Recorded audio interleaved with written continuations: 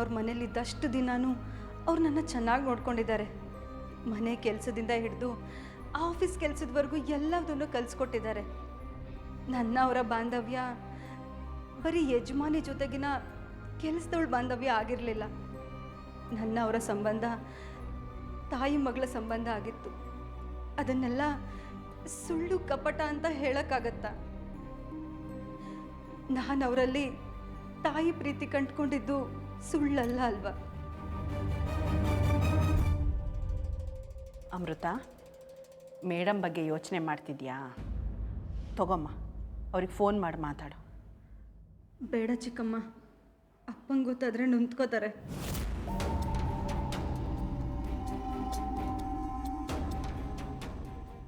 ಛೇ, ಈ ಅಪ್ಪ ಮಗಳಂತ ಪೆದ್ರನ್ನ ನಾನು ಎಲ್ಲೂ ನೋಡಿಲ್ಲ.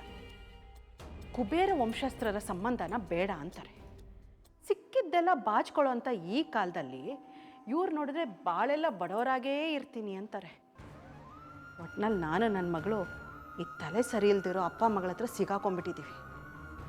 ಅಲ್ಲ, ಕಣ್ಮುಂದೆ ಖಜಾನೆ ಇದ್ದರೂ ಕೈ ಕಟ್ಕೊಂಡು ಸುಮ್ಮನೆ ಕೂತ್ಕೊಳ್ಳೋ ಥರ ಆಗ್ಬಿಟ್ಟಿದೆ. ಎಲ್ಲ ನಮ್ಮ ಕರ್ಮ. ಛೇ,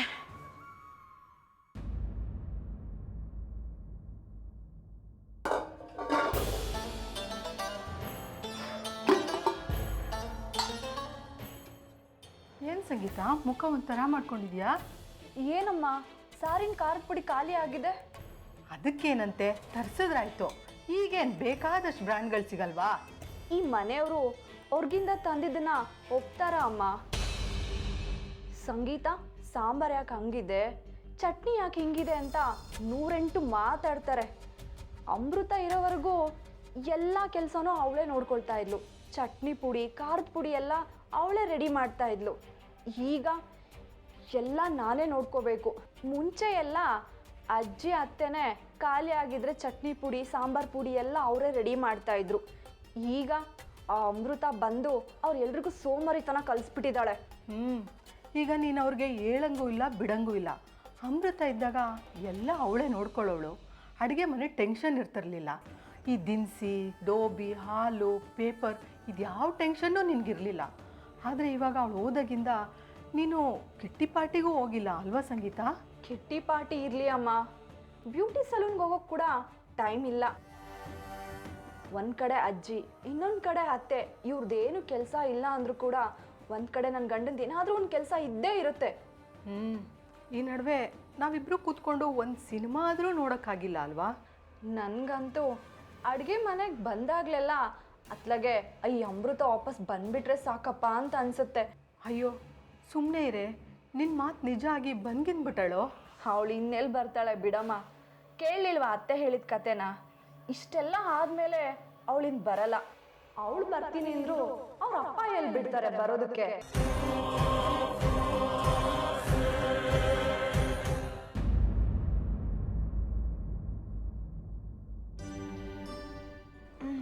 ಏನತ್ತೆ, ಕಾಲು ತುಂಬ ನೋವ್ತಿದೀಯಾ? ಹ್ಞೂ ಕಣೇಶಯ್ಯ, ಅಮೃತ ಇದ್ದಾಗ ಕಾಲಿಗೆ ನೋವಿನ ಎಣ್ಣೆ ಹಚ್ಚಿ ಬಿಸಿನೀರಿನ ಶಾಖ ಕೊಟ್ಟು ಚೆನ್ನಾಗಿ ಮುಳು.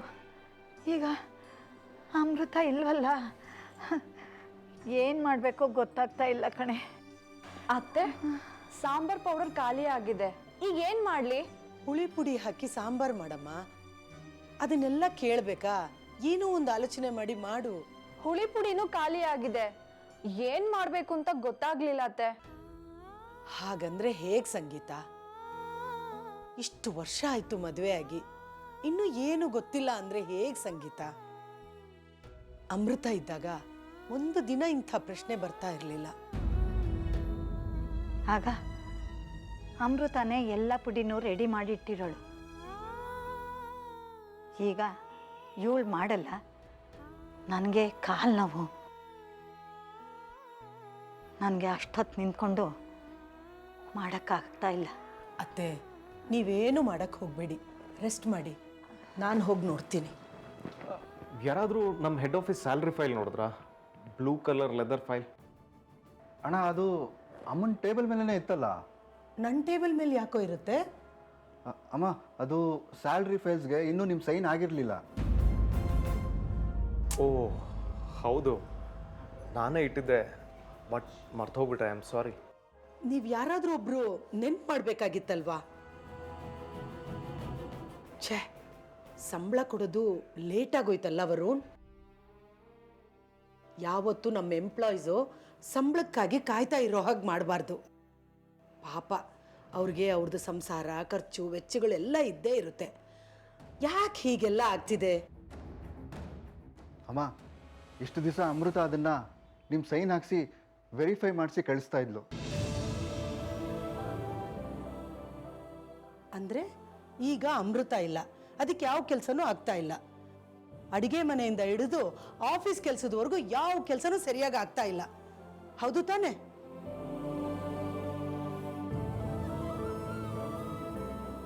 ಅದನ್ನು ಯಾಕೆ ಹೇಳ್ತೀಯ ಜಯ? ಅಮೃತ ಹೋದಾಗಿಂದ ಎಲ್ರಿಗೂ ದಿಕ್ ತಪ್ಪಾಗಿದೆ. ಅಯ್ಯೋ ಬಿಡಿ ಅಜ್ಜಿ, ಒಬ್ಳು ಕೆಲ್ಸದವಳಿಲ್ಲ ಅಂತ ಪ್ರಪಂಚ ಏನ್ ಮುಳುಗೋಗಲ್ಲ. ಸಂಗೀತ, ಇನ್ನು ಎಷ್ಟು ದಿನ ನೀನು ಅಮೃತನ ಕೆಲ್ಸದವಳು ಅಂತ ಕರಿತಾ ಇರ್ತೀಯ? ನೀನು ಮದುವೆ ಆಗಿ ಈ ಮನೆಗೆ ಬಂದು ಎಷ್ಟು ವರ್ಷ ಆಯ್ತು, ಇನ್ನು ಹುಳಿ ಪುಡಿ ಸಾರಿನ ಪುಡಿ ಮಾಡಕ್ ಬರಲ್ಲ. ಹೋಗ್ಲಿ ಬಿಡು, ಅದಿಲ್ಲದೆ ಮ್ಯಾನೇಜ್ ಮಾಡೋಕ್ಕೂ ಬರಲ್ಲ ನಿನಗೆ. ಅಮೃತನ್ ಮಾತ್ರ ಕೆಲ್ಸದವಳು ಅಂತ ಯಾವಾಗಲೂ ಕರಿತಾ ಇರ್ತೀಯ. ಇನ್ನು ವರುಣ್, ಇನ್ನು ನೀವು ಯಾಕೆ ಆಫೀಸ್ಗೆ ಹೋಗಲಿಲ್ಲ? ಆ ಫೈಲು ಈ ಫೈಲು ಅಂತ ಇನ್ನೂ ಹುಡುಕ್ತಾನೇ ಇದ್ದೀರಾ. ನಿನ್ನೆ ಪ್ರಭು ಫೋನ್ ಮಾಡಿದ್ದ, ಆಫೀಸಲ್ಲಿ ಎಲ್ಲ ಕೆಲಸಗಳು ಪೆಂಡಿಂಗ್ ಇದೆ, ಅಮೃತ ಹೋದಾಗ್ಲಿಂದ ಯಾವ ಕೆಲಸನೂ ಸರಿಯಾಗಿ ಆಗ್ತಿಲ್ಲ ಅಂತ. ಏನು ಇದೆಲ್ಲ? ಅಮೃತ ಇರುವಾಗ ಎಷ್ಟು ಕೆಲಸ ಮಾಡ್ತಿದ್ಲು ಅಂತ ಈಗಲಾದರೂ ನಿಮಗೆಲ್ಲ ಅರ್ಥ ಆಗ್ತಿದೆ ಅಲ್ವಾ? ಅಮೃತ ಯಾವುದೇ ಕೆಲಸ ಮಾಡಿದ್ರೂ ತುಂಬ ಶ್ರದ್ಧೆಯಿಂದ ಮಾಡ್ತಾ ಇದ್ಲು. ಮನೆ ಕೆಲಸದಲ್ಲಂತೂ ಜಾಣೆ ಬಿಡು. ಆದರೆ ಆಫೀಸ್ ಕೆಲಸದಲ್ಲೂ ಇಷ್ಟು ಜಾಣೆ ಆಗಿದ್ಲು ಅಂತ ನನಗೆ ಈಗ ಗೊತ್ತಾಗ್ತಾ ಇದೆ. ಅಮೃತಗೆ ಮಾಡ್ತಿರೋ ಕೆಲಸದಲ್ಲಿ ಏನಾದರೂ ಗೊತ್ತಾಗ್ತಾ ಇಲ್ಲ ಅಂತ ಅಂದರೆ ಅಟ್ಲೀಸ್ಟ್ ಗೊತ್ತಿರೋ ವ್ಯಕ್ತಿ ಹತ್ರ ತಿಳ್ಕೊಂಡಾದರೂ ಕೆಲಸ ಮುಗಿಸ್ತಾ ಇದ್ಲು. ಅಮೃತಂಗೆ ಟೆಕ್ನಿಕಲ್ ಆಗಿರೋದು ಹೇಗೆ ಅಂತ ಗೊತ್ತಾಗಲಿಲ್ಲ ಅಂದರೆ ಆ ಕೆಲಸಕ್ಕೆ ಸರಿಯಾದ ವ್ಯಕ್ತಿ ಯಾರು ಅಂತ ಹುಡುಕಿ ಅವ್ರ ಕೈಯಲ್ಲಿ ಆ ಕೆಲಸ ಮಾಡಿಸ್ತಿದ್ಲು. ಕೆಲವು ವಿಷಯದಲ್ಲಿ ಅಮೃತನೂ ಅಮ್ಮನ ಹಾಗೇನೆ, ಯಾವುದೇ ಕೆಲಸ ಹಿಡಿದ್ರೂ ಅದನ್ನು ಪೂರ್ತಿಯಾಗಿ ಮಾಡದೆ ಬಿಡ್ತಾ ಇರಲಿಲ್ಲ. ಅದು ಎಷ್ಟೇ ಕಷ್ಟ ಇದ್ರೂ ಅದನ್ನು ಸಂಪೂರ್ಣವಾಗಿ ಮಾಡಿ ಮುಗಿಸ್ತಾ ಇದ್ಲು. ಅಮೃತ ಹೇಗೆ, ಅವಳ ಪ್ರಾಮುಖ್ಯತೆ ಏನು ಅಂತ ಅವಳು ಮನೆ ಬಿಟ್ಟು ಹೋದ್ಮೇಲೆ ನಿಮಗೆಲ್ಲ ಅರ್ಥ ಆಗ್ತಿದೆ. ಅಮೃತ ಅಮೃತ ಅಮೃತ, ಎಲ್ಲರ ಬಾಯಲ್ಲೂ ಅವಳದೇ ಹೆಸರು. ಅವಳು ಇರುವಾಗ ಒಂದು ಒಳ್ಳೆ ಮಾತು ಅವಳ ಬಗ್ಗೆ ನೀವು ಮಾತಾಡಲಿಲ್ಲ. ಈಗ ಅವಳ ಹೆಸರನ್ನೇ ಜಪ ಮಾಡ್ತಿದ್ದೀರಾ. ಈಗಲಾದರೂ ನಿಮಗೆಲ್ಲ ಗೊತ್ತಾಯ್ತಾ ನಾನು ಯಾಕೆ ಅಮೃತನ ಈ ಮನೆಗೆ ಅಸಿಸ್ಟೆಂಟಾಗಿ ಬರಬೇಕು ಅಂತ ಹಂಬಲಿಸ್ತಾ ಇದ್ದೀನಿ ಅಂತ? ಅಮೃತ ಖಂಡಿತವಾಗಿಯೂ ಈ ಮನೆಗೆ ಬಂದೇ ಬರ್ತಾಳೆ ಅಮ್ಮ.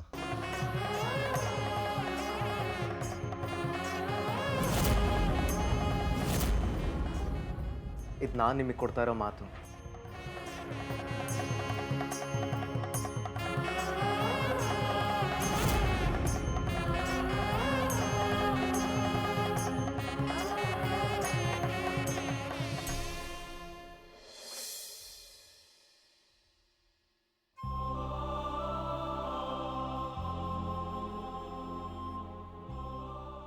ಅರುಣ್, ಆಂಟಿ ಹೇಗಿದ್ದಾರೆ?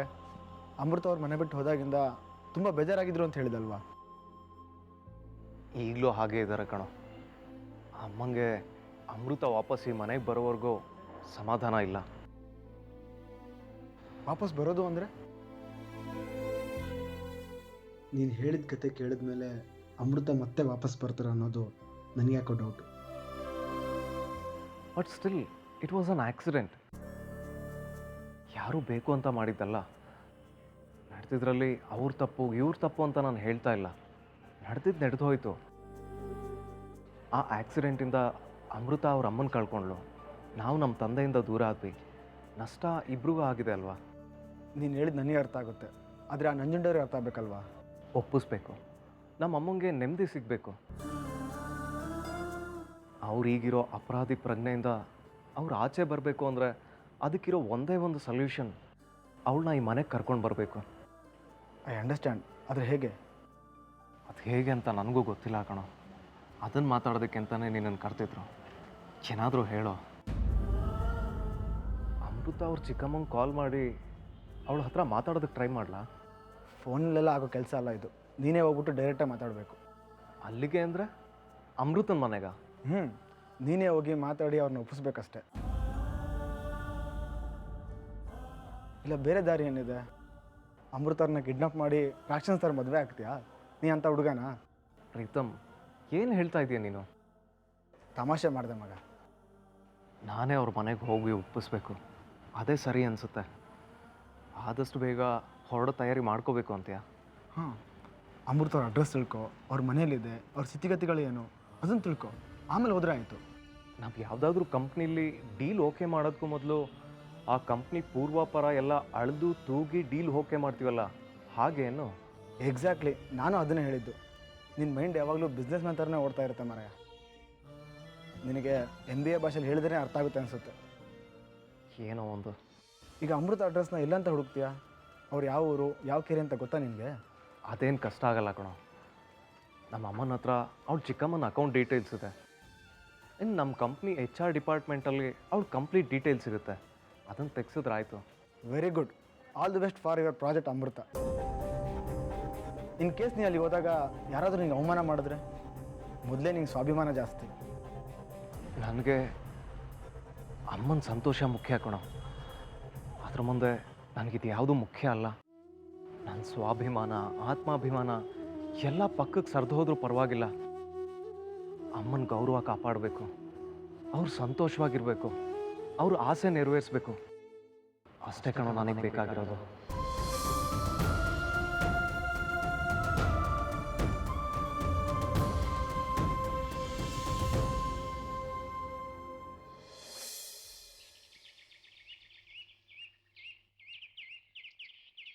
ನೋಡಿದ್ಯಾ ಸಂಗೀತ, ಅಮ್ಮ ಮಗ ಹೇಗೆ ಮಾತಾಡಿದ್ರು ಅಂತ?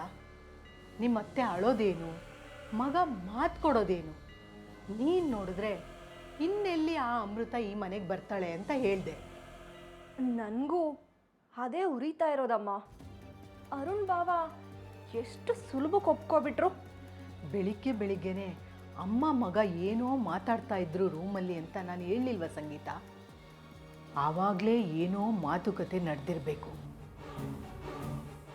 ಇಲ್ಲಿ ಇವರಿಬ್ರು ಏನು ಮಾತಾಡಿದ್ರೆ ಏನು ಪ್ರಯೋಜನ ಬಂತು? ಅಲ್ಲಿ ಮದುವೆಗೆ ಅಮೃತ ಒಪ್ಪಬೇಕು, ಅವ್ರ ಅಪ್ಪನೂ ಒಪ್ಪಬೇಕಲ್ವಾ? ಅಯ್ಯೋ ಸಂಗೀತ, ನಿನ್ನ ಗಂಡ ಹೇಳಿದ್ದು ಮರ್ತ್ಬಿಟ್ಯಾ? ನಿಮ್ಮ ಅತ್ತೆ ಆ ಅಮೃತ ಹೆಸರಿಗೆ ಯಾವುದೋ ಕಾಲದಿಂದನೇ ದುಡ್ಡು ಡೆಪಾಸಿಟ್ ಮಾಡ್ತಾ ಇದ್ದಾರಂತೆ. ಇದು ಬರೀ ಮದುವೆ ವಿಷಯ ಅಲ್ಲ ಸಂಗೀತ, ಕೋಟ್ಯಾಂತರ ರೂಪಾಯಿ ದುಡ್ಡು, ಆಸ್ತಿ ಪಾಸ್ತಿ ಎಲ್ಲ ಇದೆ. ಇಷ್ಟೊಂದು ದುಡ್ಡು ಅವ್ರ ಮಗಳ ಹೆಸರಲ್ಲಿ ಇದೆ ಅಂತ ಗೊತ್ತಾದರೆ ಅವ್ರ ಅಪ್ಪನೂ ಮದುವೆಗೆ ಒಪ್ಕೋತಾರೆ. ಇನ್ನು ಆ ಚಿಕ್ಕಮ್ಮ ಅವರು ಕೂಡ ಕುಣ್ಕೊಂಡು ಬಂದು ಮದುವೆ ಮಾಡಿಕೊಡ್ತಾರೆ. ಇದು ನಾವು ಸುಮ್ಮನೆ ಕೂತ್ಕೊಳ್ಳೋ ಕಾಲ ಅಲ್ಲ ಸಂಗೀತ, ಏನಾದರೂ ಮಾಡು.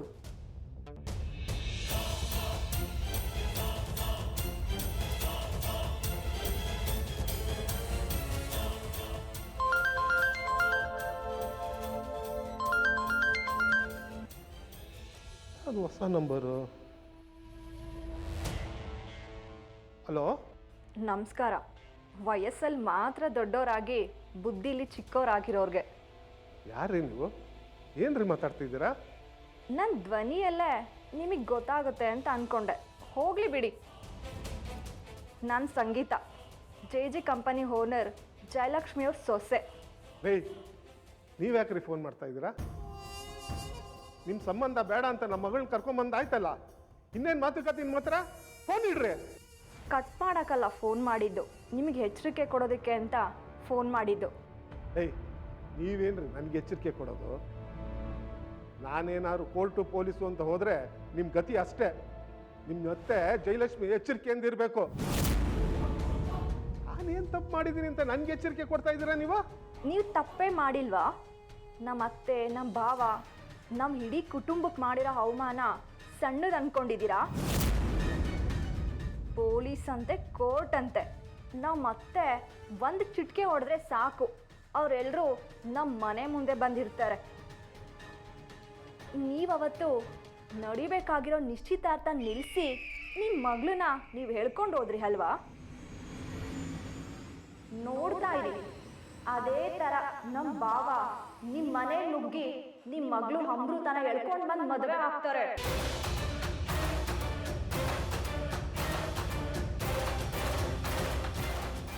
ಈ ಮನೆಗೆ ಸೊಸೆ ಆಗಿ ಅಮೃತನ ಕರ್ಕೊಂಡು ಬಂದೇ ಬರ್ತಾರೆ. ನನ್ನ ಮಾತನ್ನ ನೆನ್ಪಿಟ್ಕೊಳ್ಳಿ. ನೀವು ಮಾಡಿರೋ ಅವಮಾನಕ್ಕೆ ಅವರು ಪ್ರತೀಕಾರ ತೀರಿಸ್ಕೊಳ್ತಾರೆ. ಎದುರಿಸ್ತಾ ಇದ್ದೀರಾ? ನನ್ನ ಹತ್ರ ಗೂಂಡಾಗಿರಿ ಮಾಡ್ತಾ ಇದ್ದೀರಿ ಅಂದ್ರೆ ನಿಮ್ಮ ಭಾವ ಗೂಂಡಾನ, ರೌಡಿನ? ಅದೇಂಗ್ ನನ್ನ ಮಗಳನ್ನ ಮದುವೆ ಮಾಡ್ಕೊಂಡು ಹೋಗ್ತಾನೋ ನೋಡ್ತೀನಿ ರೀ. ನಾನೇನು ನೋಡ್ಕೊಂಡು ಸುಮ್ಮನೆ ಕೂತಿದ್ದೀನಿ ಅನ್ಕೊಂಡಿದ್ದೀರಾ? ಕಡಲೆಪುರಿ ತಿನ್ಕೊಂಡು ನೋಡ್ತಾ ಇರಿ. ನೀವಿಷ್ಟೆಲ್ಲ ಮಾತಾಡ್ತಾ ಇದ್ದೀರಾ ಅಲ್ವಾ? ನಮ್ಮ ಭಾವನ ಹೆದರಾಕೊಳ್ಳೋ ಧೈರ್ಯ ಇದೆಯಾ ನಿಮಗೆ? ನನಗೆ ಧೈರ್ಯ ಇದೆ ಅಂತ ಕೇಳ್ತಾ ಇದ್ದೀರಾ? ಎಷ್ಟು ಅಹಂಕಾರ ಇದೆ ರೀ ನಿಮಗೆ? ನಿಮ್ಗೆ ಅಷ್ಟು ಧೈರ್ಯ ಇದೆಯಾ? ಹಾಗಾದರೆ ನಮ್ಮ ಭಾವ ನಿಮ್ಮ ಮನೆಗೆ ಬಂದು ನಿಮ್ಮ ಮಗಳು ಕೊರಳಿಗೆ ತಾಲಿ ಕಟ್ಟೋದ್ರೊಳಗಡೆ ನೀವು ನಿಮ್ಮ ಮಗಳು ಮದುವೆನ ಮಾಡಿ ನೋಡಿ.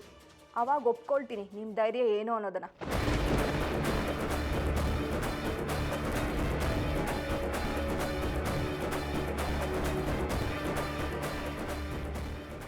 ದುಡ್ಡಿನ ಮದ ಇವ್ರಿಗೆ ಎಷ್ಟು ಅಹಂಕಾರ ಇದೆ ನೋಡಿ. ನನ್ನ ಮಗಳು ವಯಸ್ಸು, ನನಗೆ ಎಚ್ಚರಿಕೆ ಕೊಡ್ತಾರೆ. ಅರುಣ್ ಬರಲಿ, ಬಾಯಿ ಬಿಟ್ಕೊಂಡು ನೋಡ್ತಾ ಇರ್ಬೇಕು. ಹಾಗೆ ಮಾಡ್ತೀನಿ ನನ್ನ ಮಗಳ ಮದುವೆನ.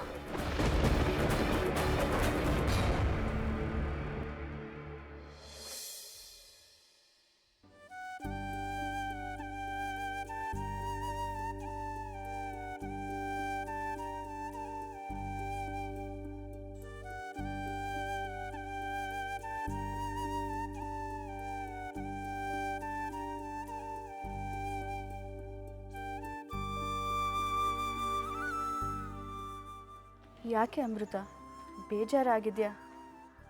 ನನಗೆ ಅರ್ಥ ಆಗುತ್ತೆ. 2ನೇ ಸಲನೂ ಮದುವೆ ನಿಂತು ಹೋಯ್ತು. ಪಾಪ ನೀನು. ನನಗೆ ದುಃಖ ಆಗ್ತಿರೋದು ಈ ಮದುವೆ ನಿಂತೋಯ್ತು ಅಂತ ಅಲ್ಲ ಅಂಜಲಿ. ಹೇಗೂ ನನಗೆ ಈ ಮದುವೆನೂ ಇಷ್ಟ ಇರಲಿಲ್ಲ. ನಿನಗೆ ಗೊತ್ತಲ್ವಾ, ನಾನೇ ನಿನಗೆ ಹೇಳಿದ್ದೆ ಅಲ್ವಾ, ನನ್ನ ಮನಸ್ಸಲ್ಲಿ ಬೇರೆ ಒಬ್ಬರಿದ್ದಾರೆ, ನನಗೆ ಅರುಣ್ ಸರ್ನ ಮದುವೆ ಆಗೋಕ್ಕೆ ಇಷ್ಟ ಇಲ್ಲ ಅಂತ. ನನಗೆ ದುಃಖ ಆಗ್ತಾ ಇರೋದು ಈ ಮದುವೆ ನಿಂತೋಯ್ತು ಅಂತ ಅಲ್ಲ, ಈ ಮದುವೆ ಮಾತುಕತೆಯಿಂದ ಎಲ್ಲರ ಮನಸ್ಸಿಗೂ ನೋವಾಗೋ ಹಾಗಾಯ್ತಲ್ಲ ಅಂತ. ನಿಂಗೆ ಹೇಳ್ದೆ ಅಲ್ವಾ ಅಂಜಲಿ, ನನಗೆ ಮದುವೆ ಇಷ್ಟ ಇರಲಿಲ್ಲ ಅಂತ. ಅದೇ ಯಾಕೆ? ನನ್ನ ಮನಸ್ಸಲ್ಲಿ ಬೇರೆ ಒಬ್ಬರಿದ್ದಾರೆ ಅಂಜಲಿ. ನನಗವರು ಅವ್ರ ಧ್ವನಿಯಿಂದ ಮಾತ್ರನೇ ಗೊತ್ತಿರೋದು. ನಾವಿಬ್ಬರು ಫೋನಲ್ಲಿ ಅಷ್ಟೇ ಮಾತಾಡಿರೋದು. ನನ್ನ ಕೈಯಲ್ಲಿ ಅವ್ರನ್ನ ಮರೆಯೋಕ್ಕಾಗ್ತಾ ಇಲ್ಲ ಅಂಜಲಿ. ಧ್ವನಿ ಅಷ್ಟೇ ತಾನೇ ಕೇಳಿದ್ದು, ಬೇಗ ಮರೆತೋಗುತ್ತೆ ಬಿಡು. ಹೇಗೆ ಮರೆಯೋಕ್ಕಾಗತ್ತೆ ಅಂಜಲಿ? ನಾನು ಅವ್ರನ್ನ ನೋಡೂ ಇಲ್ಲ. ಫೋನಲ್ಲಿ ಅವ್ರ ಧ್ವನಿ ಕೇಳಿ ನನ್ನ ಮನಸ್ಸಲ್ಲಿ ಒಂದು ಚಿತ್ರ ಮೂಡಿದೆ. ನನ್ನ ಹತ್ರ ಈಗ ಫೋನೂ ಇಲ್ಲ. ಫೋನ್ ನಂಬರ್ ನೆನಪಿದ್ಯಾ? ಅವ್ರ ಫೋನ್ ನಂಬರ್ ನನಗೆ ನೆನಪಿಲ್ಲ. ನನ್ನ ಫೋನು ಎಲ್ಲಿ ಕಳೆದೋಯ್ತು, ಹೇಗೆ ಕಳೆದೋಯ್ತು ಅನ್ನೋದು ಗೊತ್ತಿಲ್ಲ. ಆದರೆ ನಾನು ಅವ್ರ ಜೊತೆ ಆಡಿದ ಪ್ರತಿಯೊಂದು ಮಾತು ನೆನಪಿದೆ. ಅವ್ರ ಸ್ನೇಹನೇ ನನಗೆ ಬೆಂಗಳೂರಲ್ಲಿ ಬದುಕೋ ಶಕ್ತಿ ಕೊಟ್ಟಿದ್ದು. ಆದರೆ ಅವ್ರನ್ನ ಭೇಟಿ ಆಗಬೇಕು ಅನ್ನೋ ಕನಸಾಗೆ ಉಳಿದೋಯ್ತು. ಮುಖ ಮೂತಿ ಗೊತ್ತಿಲ್ಲದೆ ಇರೋನ್ನ ನೆನೆಸ್ಕೊಂಡು ಅಂಥ ಶ್ರೀಮಂತರ ಹುಡುಗ ಅರುಣ್ ಅವ್ರನ್ನ ಕೈ ತಪ್ಪಿಸ್ಕೊಂಡಿದ್ದಕ್ಕೆ ಬೇಜಾರಾಗ್ತಿಲ್ವಾ ನಿನಗೆ? ತಲೆ ಸರಿ ಇದೆಯಾ ನಿನಗೆ? ಒಳ್ಳೆ ಪೆದ್ದಿ ಕಣೆ ನೀನು. ಈಗಲೂ ಕಾಲ ಮಿಂಚಿಲ್ಲ. ನಿಮ್ಮ ಅರುಣ್ ಬಾಸಸ್ ಹತ್ರ ಮಾತಾಡಿ ಅವ್ರ ಜೊತೆ ಓಡ್ ಹೋಗ್ಬಿಡು.